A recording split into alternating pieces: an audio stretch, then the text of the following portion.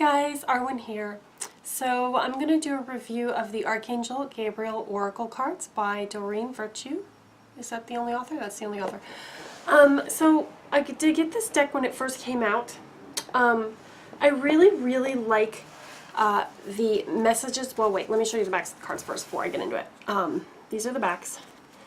I like the green. I think it's pretty. I'm not too terribly excited about images being like one way like this is, but it's fine.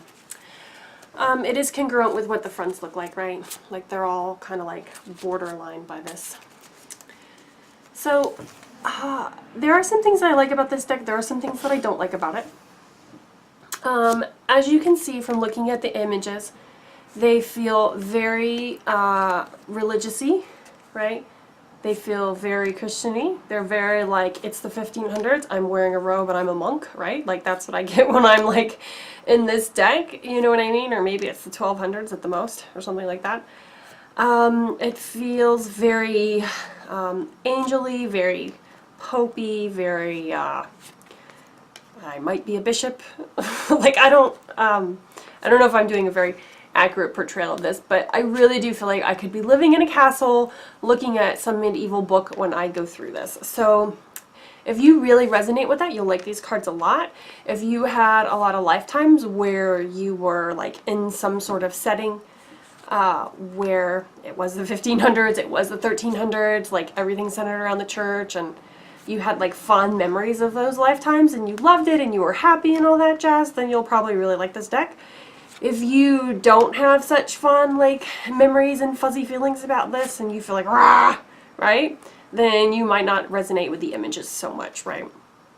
I don't resonate with these images very much, or the feel as much, but I mean it just depends on your experiences, what your soul history is, and so forth, which will kind of depend on how you feel about it. What I do like about it are the messages. Like I like the messages that are on top. Like this one is time management, this one is creative expression, this one is happy news, right? So I really do like the words, and I've gotten some really good readings out of one. This one is retreat, which she has in a bunch of decks. This one is new project. So what I do like about the deck is sorry guys, I've got all these lights on. What I do like about it are the words and the messages. So I have ignored the Christian part because I don't drive as much with that, and just focus on the messages and the words. And when I do that, I'm very happy with the deck. Overall, I'm not too excited about the religious-y feel of the deck. So if that's not up your alley, you're not going to like it. All right? But I just wanted to give like, you know, a fair and accurate assessment of how I feel the deck is. And